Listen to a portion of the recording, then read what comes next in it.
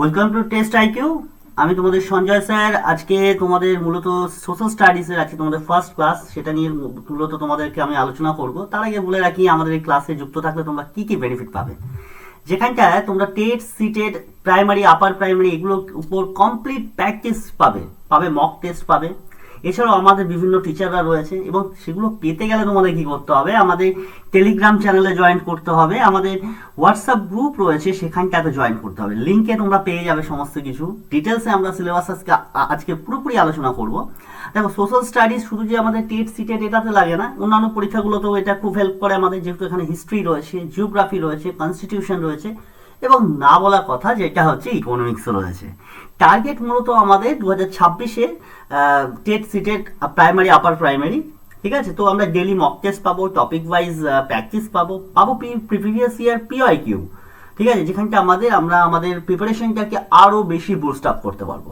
ঠিক আছে, তো ডিটেলসে আগে বলার আগে আমি বলে দিই, আমি সঞ্জয় স্যার, মূলত তোমাদের সোশ্যাল স্টাডিজের পার্টটা করাবো, এবং ফুল টিম আমাদের এখানে তৈরি রয়েছে আমাদের এই ক্লাসটা করানোর জন্য, যেখানে ইংলিশ থেকে শুরু করে সিডিপি, তারপরে সায়েন্স, বাংলা, তারপরে তোমাদের সোশ্যাল স্টাডিজে, এবং আমি তো করাচ্ছি আজকে। তো আমি পুরো সিলেবাসটাকে তোমাদের আগে ডিসকাস করে দেবো, তারপরে আমরা ক্লাসে চলে যাব। ঠিক আছে, তো সমস্ত কিছু পাওয়ার জন্য আমাদের কোথায় যুক্ত থাকতে হবে, আমাদের ক্লাসে যুক্ত থাকতে হবে সবাইকে। ঠিক আছে, তো চলো তাহলে শুরু করা যাক আমাদের আজকের ক্লাসটা। মূলত যে বিষয়গুলো নিয়ে আমরা মূলত আলোচনা করব, প্রথমে আগে আমরা যেটা বললাম, আগে আমাদের সিলেবাসটাকে ভালো করে আলোচনা করে নেবো। কিন্তু তার আগে আমরা আমাদের স্যারদেরকে দেখে নিই। তো স্যারদের দেখার আগে ফ্যাকাল্টিরা আমরা কি করব সেটা আগে দেখে নিই। আমরা এখানটায় একটু আগে আমি আলোচনা করলাম যে চ্যাপ্টার ওয়াইজ ক্লাস পাবো আমরা। এই যে ক্লাসগুলো হবে সব রেকর্ডেড ক্লাস পাবো আমরা এই চ্যানেলের প্লে লিস্টে। তাহলে চ্যানেলটাকে তো সাবস্ক্রাইব করে রাখতে হবে না। তো ক্লাসের পাবো কি, ক্লাসের পিডিএফ পেয়ে যাবো স্যার, প্রিন্টেবল ফরম্যাটে আমরা পিডিএফ পাবো। আমরা চ্যাপ্টার ওয়াইজ এমসিকিউ দিতে পারবো, যেটাতে আমরা মক টেস্ট বলি। আর এই এমসিকিউটা কি একদিন দুদিন বাদে বাদে হবে না, একদমই না। ডেলি এমসিকিউ হবে, ডেলি মক টেস্ট হবে।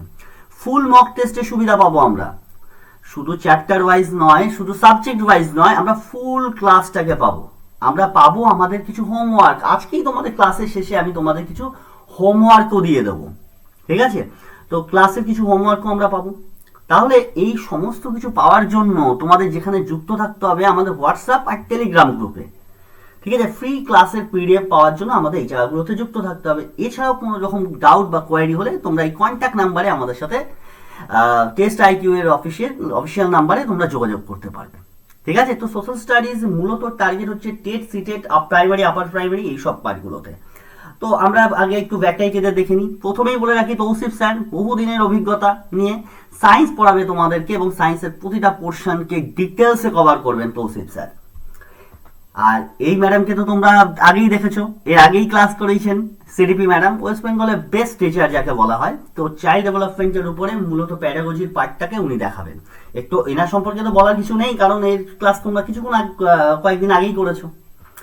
এরপরে তোমরা পাবে সঞ্জয় স্যার, মানে এই জাস্ট ক্লাস তোমরা এখন করছো। ঠিক আছে, হিস্ট্রি, জিওগ্রাফি সমস্ত কিছু তোমরা ডিটেলসে পেয়ে যাবে এখানে। ঠিক আছে, যা লাগবে কমেন্ট সেকশনে জানাবে, তোমাদের অবশ্যই আমরা করে দেবো। এরপরে পাবে তোমরা ইংলিশের জন্য, মানে বেস্ট ফ্যাকাল্টিদের তোমরা এখানে পাচ্ছ, যেখানে সুপ্রীতি ম্যাডাম তোমাদের ধরে ধরে ইংলিশ করাবেন। ঠিক আছে, তারপরে চলে আসবো আমরা বিশ্বজিৎ স্যার, বাংলাতে যেখানে যা সমস্যা হবে বিশ্বজিৎ স্যার রয়েছেন। মানে ওয়েস্ট বেঙ্গলের বেস্ট একটা স্টেট সিটেডের জন্য বেস্ট ফ্যাকাল্টি দিয়ে একখানা তোমাদেরকে উপহার দেওয়া হচ্ছে 2026-এ। তো 2026-এ তোমাদের অন্য কোনো জায়গায় কোনো কিছুর দরকার নেই, এখান থেকে করলেই তোমাদের ম্যাক্সিমামটা হয়ে যাবে। তো আমরা এবার মূলত সোশ্যাল স্টাডিজের সিলেবাসটাতে, যেটা আমরা মূলত এখন ঢুকে যাব, যেটা নিয়ে আমরা একটু ডিটেলসে আলোচনা করব। যেমন ফার্স্ট আমরা যদি দেখি যে সোশ্যাল স্টাডিজের যে সিলেবাসটা, ফার্স্ট কি আছে আমাদের সাবজেক্ট, এখানে কি কি আছে স্যার, হিস্ট্রি আছে স্যার জিওগ্রাফি আছে, সোশ্যাল অ্যান্ড পলিটিক্যাল লাইফ। ঠিক আছে, এবং যেটা তোমাদের বলে দেওয়া নেই, এবং একটা দুটো কোশ্চেন আসে, কিন্তু আমাদেরকে একদম বেসিক থেকে সামান্যতম জিনিসগুলো, সামান্য থেকে সামান্যতম অর্থনীতি পড়তে হবে। কেন তোমরা জানো জিওগ্রাফির সঙ্গে ইকোনমিক্স একটু রিলেটেড রয়েছে।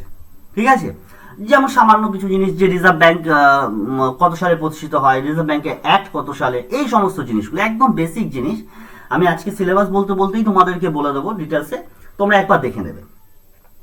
দেখো, যেমন আমি ফার্স্ট তোমাদেরকে ঢুকছি হচ্ছে হিস্ট্রি সিলেবাসে। স্যার হিস্ট্রি সিলেবাসে কি আমাদের হিস্ট্রি সব পড়তে হবে? একদমই না।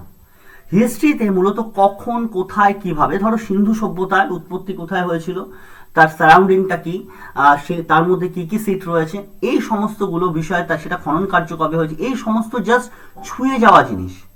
প্রাচীনতম সমাজ ব্যবস্থার কিছু জিনিস, যেমন প্রাচীনতম সমাজ ব্যবস্থা বলতে বৈদিক সভ্যতা এবং ধরো তোমার ওখান থেকে পরবর্তী বৈদিক সভ্যতার যে ধর্মের যে পার্থক্য, ধর্মের যে গোড়ামিটাকে সরিয়ে দেওয়া হয়েছিল, তো এই বিষয়টাকে আমরা দেখব। হ্যাঁ, তারপরে দেখব আমরা কৃষক, প্রথম কৃষক এবং পশুপালন করার যে বিষয়টা, ঠিক আছে, এই সমস্ত বিষয়গুলো আমরা দেখব। প্রথম নগর কেন্দ্রিক সভ্যতা কোথায় গড়ে উঠেছিল, প্রাথমিক রাষ্ট্রসমূহ যেগুলো ধরো তোমরা ধরতে পারো হিন্দু সভ্যতার যে পাঠগুলো, বা ধরো তোমরা ষোড়শ মহাজনের পাঠগুলো। নতুন ধারণা কিভাবে এসছে, এইখানটাতে আমাদের একটু প্রতিবাদী ধর্ম আন্দোলনের মধ্যে ঢুকতে হবে। আমাদের প্রথম সমাজে সাম্রাজ্য স্থাপন যদি বলা হয়, যখন ষোড়শ মহাজন পদ তৈরি হয়, এই ষোড়শ মহাজন পদের মধ্যে থেকে মগধ হচ্ছে বৃহত্তর সাম্রাজ্য তৈরি করে ফেলে। এই বৃহত্তর সাম্রাজ্যের যে ধারণা প্রথমে থেকে আমাদের পরবর্তী সাম্রাজ্যগুলোকে পড়তে হবে। আমাদের দূরবর্তী অঞ্চলের সঙ্গে আমাদের কিভাবে যোগাযোগ হতো, আমরা ওই যে প্রতিবাদী ধর্ম আন্দোলন বললাম না, প্রতিবাদী ধর্ম আন্দোলন গড়ে ওঠার ক্ষেত্রে তোমাদেরকে বলে রাখি অন্যতম একটা কারণ ছিল হচ্ছে ব্যবসা বাণিজ্য না করতে পাওয়া।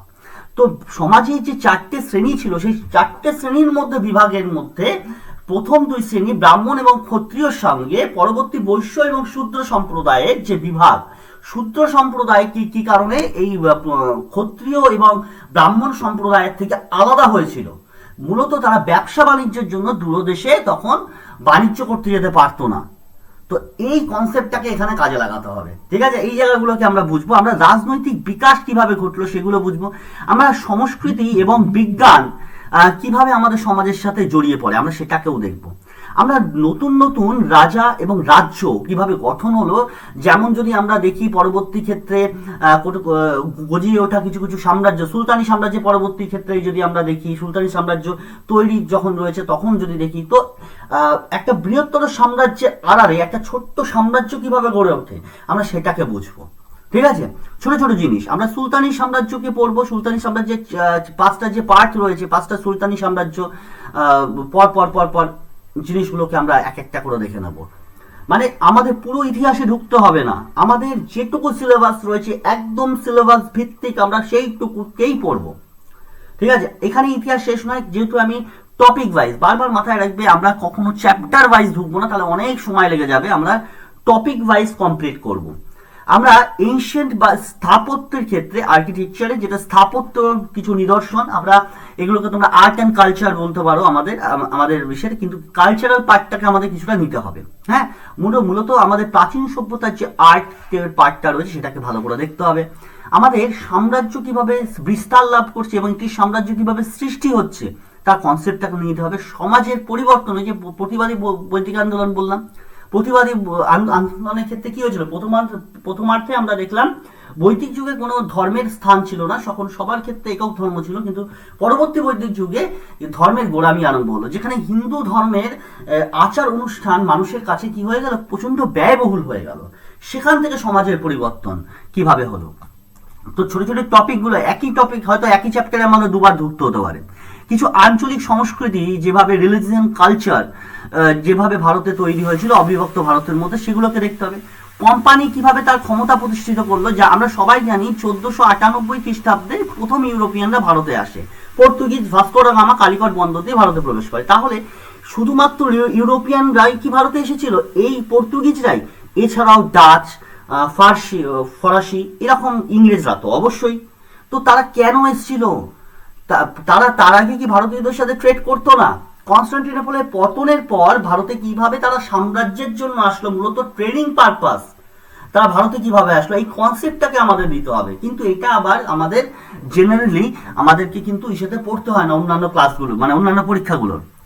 গ্রামীণ জীবন এবং সমাজ কিভাবে ছিল এবং অবশ্যই তার সঙ্গে শহরের জীবনে কিভাবে পার্থক্য, ঔপনিবেশিক এবং উপজাতি সমাজ, সেটাকেও দেখতে হবে। 1857-58 সালের মহাবিদ্রোহ, যেখানে কোম্পানির শাসন অর্থাৎ ইস্ট ইন্ডিয়া কোম্পানির যে শাসন সেটাকে পুরোপুরি সরিয়ে দিয়ে নতুন শাসন ব্যবস্থাকে নিয়ে আসা হয়। অর্থাৎ আমরা যদি ভারতে 1757 সাল থেকে যদি টোটাল পিরিয়ডটাকে ভাগ করি 1757 থেকে 1947, ভালো করে বুঝবে বিষয়টা। এই টোটাল পিরিয়ডটাকে আমরা দুটো ভাগে ভাগ করে দিই।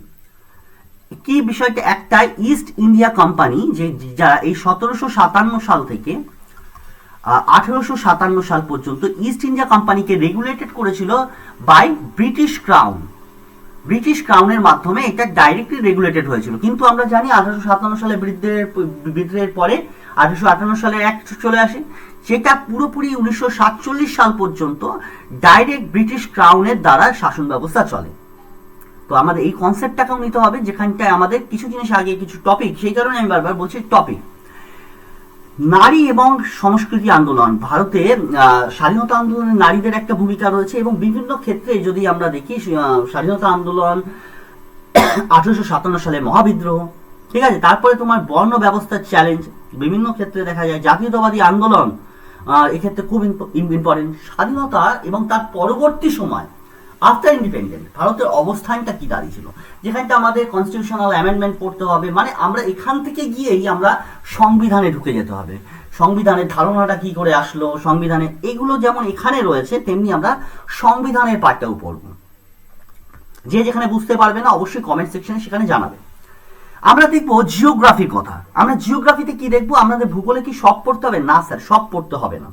ভূগোলে কি কি পড়তে হবে? ভূগোল এবং সমাজ অধ্যয়নের বিজ্ঞান হিসাবে, অর্থাৎ মূলত তোমাদের প্রাকৃতিক ভূগোল পড়তে হবে। আরো ভালোভাবে তোমাদের একটা ছোট্ট কনসেপ্ট দিয়ে দিই, সেটা হচ্ছে তোমাদের কেউ নিশ্চয়ই বাড়ির আশেপাশে ক্লাস 6-এ পড়ে, তো ক্লাস 6-এর তার বইটা নিয়ে যদি তোমরা পড়ো, তাও এখানে 2-3টে চ্যাপ্টার তোমরা কভার করে ফেলতে পারবে। কেন, ওই বইটা পুরোপুরি প্রাকৃতিক ভূগোলের উপর তৈরি করা হয়েছে। প্রাথমিকভাবে যদি ওই বইটা পড়ো, তাহলে অনেক কিছু তোমাদের ক্লিয়ার হয়ে যাবে। বহুদিন আগে তোমরা পড়েছো, আমরাও পড়েছি, তোমরাও পড়েছো, তো সেই জিনিসগুলোকে আমাকে কভার করতে, আমাদের পরিবেশের প্রাকৃতিক এবং মানব পরিবেশ সম্পর্কে পড়তে হবে, আমাদের বায়ু, জল, এগুলো সম্পর্কে পড়তে হবে। আমাদের মানব পরিবেশ যেহেতু সোশ্যাল স্টাডিজ, তাই জন্য এই চ্যাপ্টারগুলোকে আমাদের বেশিভাবে কাজে দিতে, অর্থাৎ মানব উন্নয়ন। এই যে যেমন ধরো এখানটায় মানুষের বসতি, মানুষের পরিবহন, মানুষের যোগাযোগ, অর্থাৎ ইকোনমিক্সের অ্যাঙ্গেলে দেখতে গেলে আমাদের সার্ভিস সেক্টর সম্পর্কে একটু জানতে হবে। আমাদের রিসোর্স, অর্থাৎ ন্যাচারাল যে রিসোর্সগুলো, সেগুলো অর্থাৎ প্রাকৃতিক সম্পদ, অর্থাৎ আমাদের এগ্রিকালচার পার্টগুলো, যেটা আমাদের প্রাইমারি সেক্টর বলি ইকোনমিক্সের ভাষায়, প্রাইমারি সেক্টরকে আমাদের জানতে হবে। তাহলে যেহেতু আমাদের প্রাইমারি সেক্টর জানতে হচ্ছে, থার্ড সেক্টর অর্থাৎ সার্ভিস সেক্টর জানতে হচ্ছে, তাহলে অবশ্যই আমাদের শিল্প এবং ম্যানুফ্যাকচার সম্পর্কে জানতে হবে। আমি এই কারণে বলছিলাম ইকোনমিক্সের মধ্যে ঢুকে আছে, আমাদের ডাইরেক্ট বলে দেয়নি, কিন্তু আমাদেরকে অর্থনীতির এই ভাগটাকে সেক্টর ওয়াইজ জানতে হবে। সেক্টর ওয়াইজ অর্থনীতিকে 3টে ভাগে ভাগ করা যায়, সেটা নিয়েও আমরা আমাদের ক্লাসে অবশ্যই আলোচনা করব তোমাদেরকে, ঠিক আছে। চলো, তারপরে সমাজ এবং রাষ্ট্র, যেটা একটু আগে বলছিলাম, সমাজে বিভিন্ন বৈচিত্র্য, গভর্নমেন্ট অর্থাৎ সরকার সম্পর্কে জানতে হবে। স্থানীয় সরকার অর্থাৎ লোকাল গভর্নমেন্ট, মানে তোমাদের ওই পৌরসভা, পঞ্চায়েত, তার আর্টিকেল কি আছে, সেখানে কিভাবে কত বছরের জন্য নির্বাচন হয়ে থাকে, সেই নির্বাচন কে ঘোষণা করে থাকে, রাজ্য সরকার কিভাবে সেটা ঘোষণা করে থাকে, কোন আইনের মাধ্যমে। জীবিকা মানুষ কিভাবে নিয়ন্ত্রণ, গণতন্ত্র বা ডেমোক্রেসি কাকে বলে, স্টেট গভর্নমেন্ট সম্পর্কে বিভিন্ন আর্টিকেলগুলো জানতে হবে। মিডিয়া বোঝার ক্ষেত্রে জানতে হবে। লিঙ্গ বৈষম্য আমাদের ভারতের ক্ষেত্রে, এবং তার জন্য আর্টিকেল আছে যে ভারতের লিঙ্গ বৈষম্য করা যাবে না। এবং ডাইরেক্ট কনস্টিটিউশন বলতে কি করেছে, এখানটা মূলত আমাদের আর্টিকেলগুলোকে ভালোভাবে পড়তে হবে। আর্টিকেল কি সব পড়তে হবে? একদমই না। অত আর্টিকেল পড়লে তো তোমাদের শুধু পরীক্ষায় আর্টিকেলই পড়ে যেতে হবে, ঠিক আছে। তো শুধুমাত্র আমাদের এই সমস্ত বিষয়গুলোকে দেখতে হবে। আমাদের সংসদীয় বা পার্লামেন্টারি সিস্টেম, যেটা ব্রিটিশ পার্লামেন্ট থেকে আমাদের ইমপ্লিমেন্টেশন রয়েছে, সেই সংসদীয় সরকার বা আমাদের পার্লামেন্টারি সিস্টেম, সেটাকে আমাদের বুঝতে হবে, যেখানে আমাদের আপার হাউসকে বলা হয় রাজ্যসভা আর লোয়ার হাউসকে বলা হয় লোকসভা। তো এই রাজ্যসভা লোকসভা সম্পর্কে এবং অবশ্যই তার সঙ্গে প্রেসিডেন্ট, এটা নিয়ে তো গঠন করা হবে, তো প্রেসিডেন্ট সম্পর্কেও আমাদের পড়তে হবে। আমাদের জুডিশিয়ারি সিস্টেম অর্থাৎ সুপ্রিম কোর্ট, হাইকোর্ট, হ্যাঁ, সুপ্রিম কোর্ট প্লাস হাইকোর্ট, এগুলো সম্পর্কে একদম এমন কখনো ভাববে না যে এগুলো কোনো চ্যাপ্টার, এগুলো সবসময় আমি তোমাদের টপিক ওয়াইজ তুলে দেবো। আমাদের সোশ্যাল জাস্টিস বা সামাজিক ন্যায় বিচারে এবং প্রান্তিক অর্থাৎ উপজাতিদের জনগোষ্ঠী সম্পর্কে আমাদের কিছু ধারণা নিতে হবে, ঠিক আছে। চলো, এছাড়াও কিছু বিষয় আমি ওটা তোমাদের বললাম যে ইকোনমিক্সের পার্টটা নেই, কিন্তু তার মধ্যে আছে, আমি তোমাদেরকে বলে দিলাম। কারোর কোনো জায়গায় কোনো রকম সমস্যা হলে অবশ্যই তোমরা সেটা আমাকে জানাবে।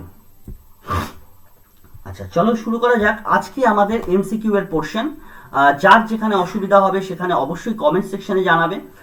যদি সিলেবাসের কোনো জায়গায় বুঝতে তোমাদের বিশেষ কোনো অসুবিধা হয় তাহলে অবশ্যই আমাকে সেটা অবশ্যই আমাকে জানাও। তো প্র্যাকটিস সেট 1-এ আমাদেরকে কি বলেছে, আমাদের ফার্স্ট কোশ্চেন দেখো আমরা যাচ্ছি, যেখানটা আমাদের বলেছে সিন্ধু সভ্যতার প্রধান বন্দর কি ছিল।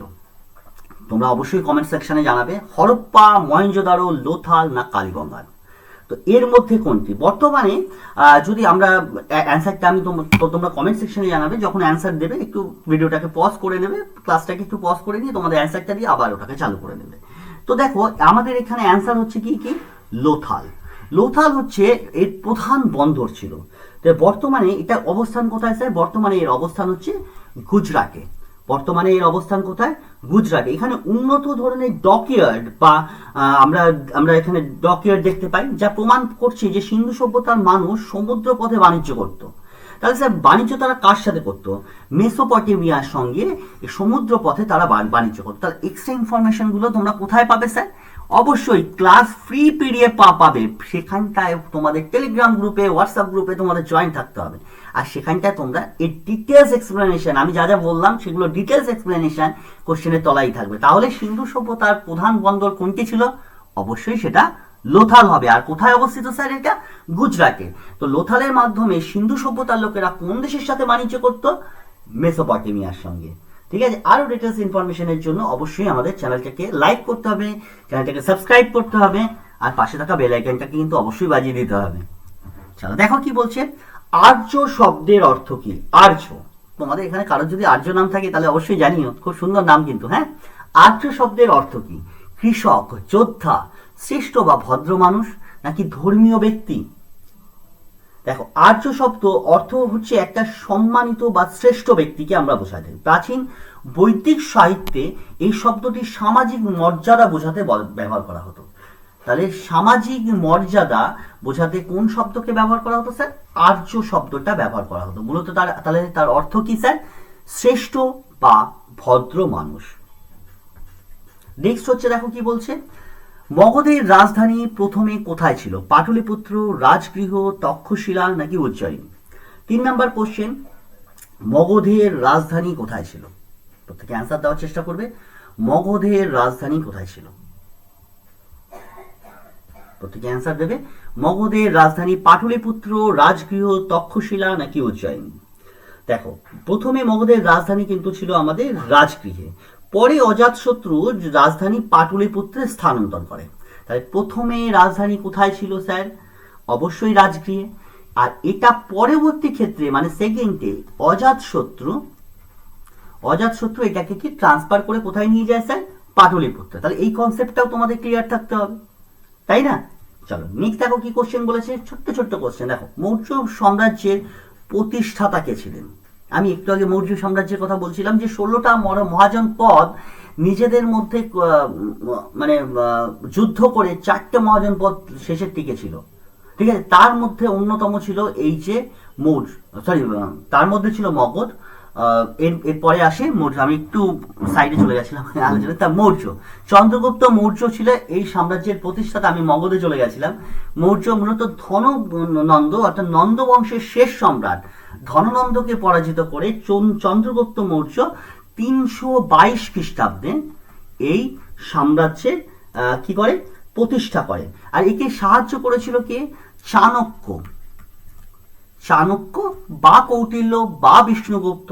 মূলত নন্দবংশের শেষ রাজা ধননন্দকে উচ্ছেদ করার লক্ষ্যে চাণক্য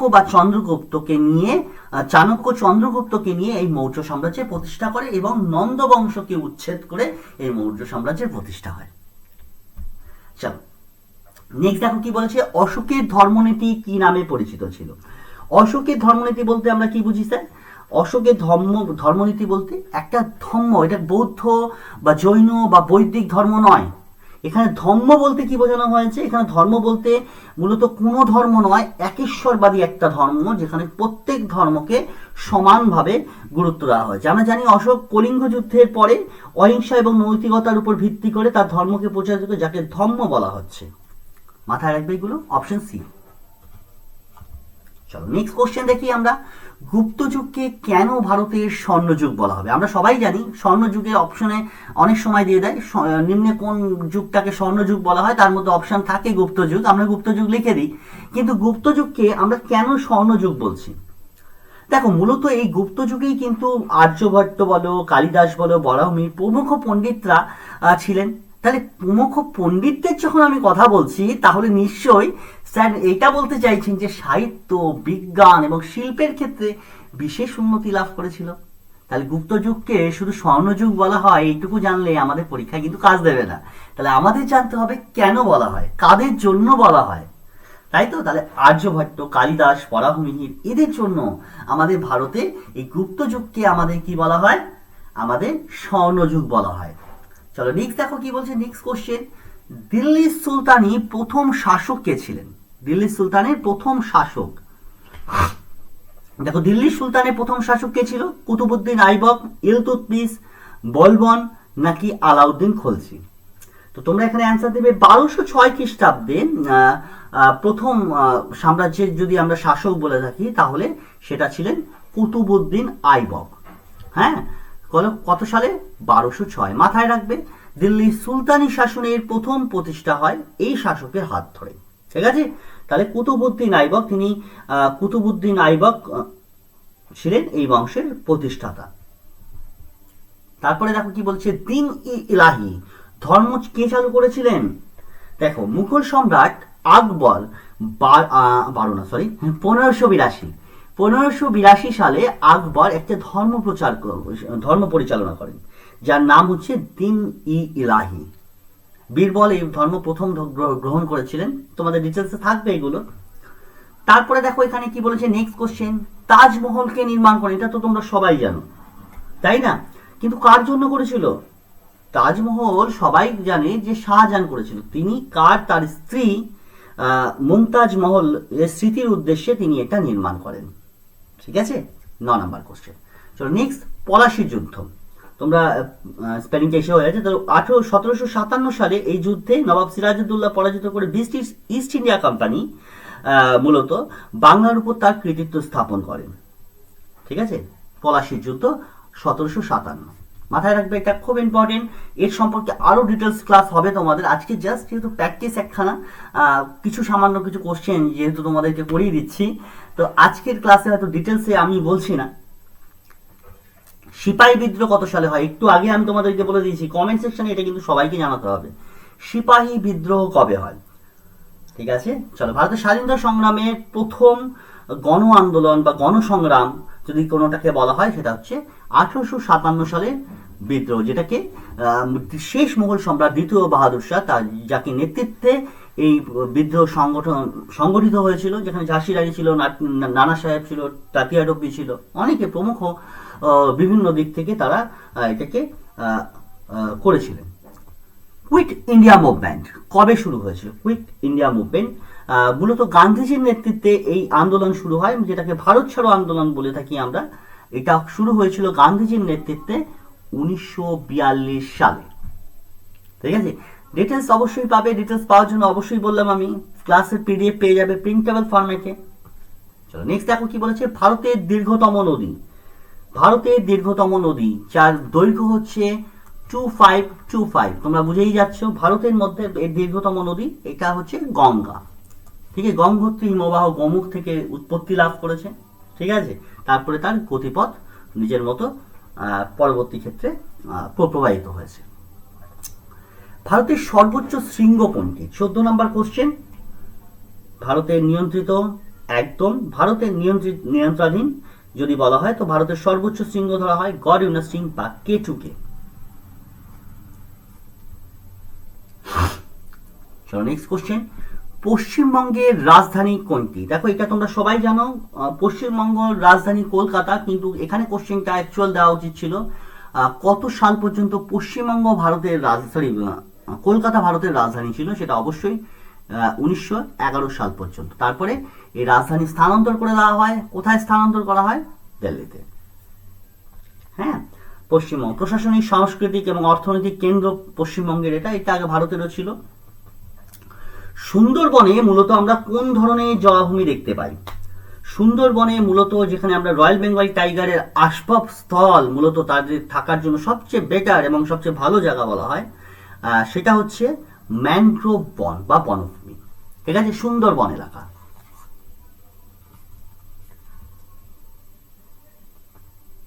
নেক্সট, পশ্চিমবঙ্গের প্রধান নদী কোনটি? পশ্চিমবঙ্গের একটা জিনিস তোমাদের বলতে ভুলে গেছি, যখন আমরা জিওগ্রাফি পড়বো আমরা কিন্তু সাথে সাথে ওয়েস্ট বেঙ্গল জিওগ্রাফিও আমাদের পড়তে হবে, যেহেতু স্টেটের মানে স্টেট সিটের পার্টের মধ্যেই আমাদের কিছুটা ওয়েস্ট বেঙ্গল জিওগ্রাফি একটা দুটো কোশ্চেন দিয়েও দেয় অনেক সময়, তো সেগুলোকে আইডেন্টিফাই করা যায় না, তো আমাদেরকে এটা পড়তে হবে। তো আমাদের পশ্চিমবঙ্গের প্রধান নদী কোনটাকে বলা হয়? একদম, ভারত তথা পশ্চিমবঙ্গের অন্যতম নদী গঙ্গা, যেটা একটু আগে আমি বললাম। ঠিক আছে, পশ্চিমবঙ্গে মূলত এটা হুগলি নদীতে এসে মিশেছে। চলো নেক্সট, ভারতের সংবিধান কবে কার্যকরী হয়? খুব ইম্পর্টেন্ট কোশ্চেন। ভারতের সংবিধান কবে কার্যকরী হয়? 15ই আগস্ট 1947, 16ই জানুয়ারি 1950, 26শে জানুয়ারি 1949, 1 জানুয়ারি 1950। দেখো, ভারতের সংবিধানের প্রথম যদি কেউ ধারণা দিয়ে থাকে তা অবশ্যই এম.এন. রয়। হ্যাঁ, তিনি প্রথম 1934-এ এর ধারণা প্রথম দিয়েছিল ইন্ডিয়ান কনস্টিটিউশনে। পরবর্তী ক্ষেত্রে আইএনসি এটাকে অগ্রাধিকার 1934-এ, পরে আগস্ট প্রস্তাবের মাধ্যমে ব্রিটিশরাও এটাকে মেনে নেয়, এবং পরবর্তী ক্ষেত্রে তিনি শুধু কনস্টিটিউশনের ধারণা নয়, গণপরিষদের ধারণা অর্থাৎ কনস্টিটিউশন অ্যাসেম্বলি যেটা আমরা বলি সিএ, সেই কনস্টিটিউশন অ্যাসেম্বলির ধারণা তিনিই দিয়েছিলেন। আমরা তার সম্পর্কেও পরবর্তী ক্ষেত্রে পড়ব। তো এটা আমাদের কার্যকরী হয়েছিল 26শে জানুয়ারি 1950 সালে। Very good. নেক্সট, ভারতের সংবিধানের রচয়িতা কে? ভারতের সংবিধানের রচয়িতা রাজেন্দ্র প্রসাদ, বি.আর. আম্বেদকর, জওহরলাল নেহেরু, গান্ধীজি। ভারতের সংবিধানের স্থপতি বলা হয়, তোমরা সবাই জানো, ডক্টর বি.আর. আম্বেদকরকে। ঠিক আছে, প্রকৃতভাবে তাকেই বলা হয়। চলো নেক্সট কোশ্চেনে আসি আমরা। ভারতের সংসদে কয়টি কক্ষ? জাস্ট একটু আগে বলে দিলাম আমি, আপার হাউস আর লোয়ার হাউস। আপার হাউস কোনটাকে বলা হয়? রাজ্যসভাকে। আর লোয়ার হাউস কোনটাকে বলা হয়? লোকসভাকে।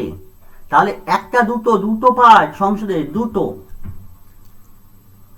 অবশ্যই। চলো নেক্সট দেখো কি বলেছে। নেক্সট আমাদের কিছু হোমওয়ার্ক তোমাদেরকে দেবো। হোমওয়ার্কের কোশ্চেনগুলো কিন্তু অবশ্যই কমেন্টে লিখতে হবে যে হোমওয়ার্কের কোশ্চেন কষ্ট করে দেওয়া হচ্ছে, তোমাদেরকে পরের দিনকে আমি এগুলো করিয়ে দেবো।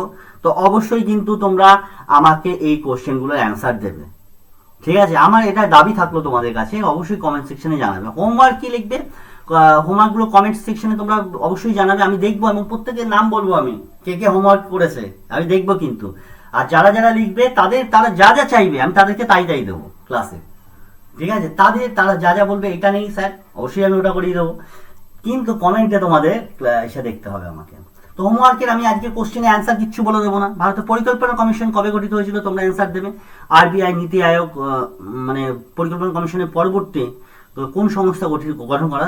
Planning commission. হ্যাঁ, এই প্ল্যানিং কমিশনের পরবর্তী কোন সংস্থা আসে তোমরা সবাই জানো, কমেন্ট সেকশনে অবশ্যই জানাবে। নেক্সট, ভারতীয় মুদ্রার নাম কি? অবশ্যই জানাবে, খুব সহজ কোশ্চেন দিয়েছি। নেক্সট দেখো, ভারতের কেন্দ্রীয় ব্যাংক কোনটাকে বলে? একটু আগে আমি বলে দিয়েছি। কত সালে প্রতিষ্ঠিত হয় সেটা বলে দিতে পারি। 1935-এ হেডকোয়ার্টার প্রথম কলকাতায় ছিল, পরবর্তী ক্ষেত্রে মুম্বাইতে নিয়ে যাওয়া হয়। চলো নেক্সট, সবুজ বিপ্লব কোন ক্ষেত্রে ঘটেছিল? শিল্প, কৃষি, শিক্ষা না পরিবহন? অবশ্যই কমেন্ট সেকশনে জানাও। নেক্সট, ভারতের সবচেয়ে বড় রাজ্য আয়তনের দিক থেকে কোনটা? অবশ্যই তোমরা জানাবে। ঠিক আছে, তাহলে অবশ্যই তোমরা সবাই জানাবে কেমন লাগলো, কেমন ক্লাসটা হলো, অবশ্যই আমাদেরকে জানাও। ক্লাসের লিঙ্ক তোমরা অবশ্যই প্লে লিস্টটাকে দেখে রাখবে, যেখানে সব ক্লাসগুলো তোমরা পাবে। পিডিএফ পাওয়ার জন্য অবশ্যই আমাদের টেলিগ্রাম গ্রুপে জয়েন থাকবে। তাহলে সবাই ভালো থাকবে, সুস্থ থাকবে, ভালো করে পড়াশোনা করবে। নেক্সট ক্লাসে তোমাদের সাথে আবার দেখা হচ্ছে, ততক্ষণ গুড নাইট।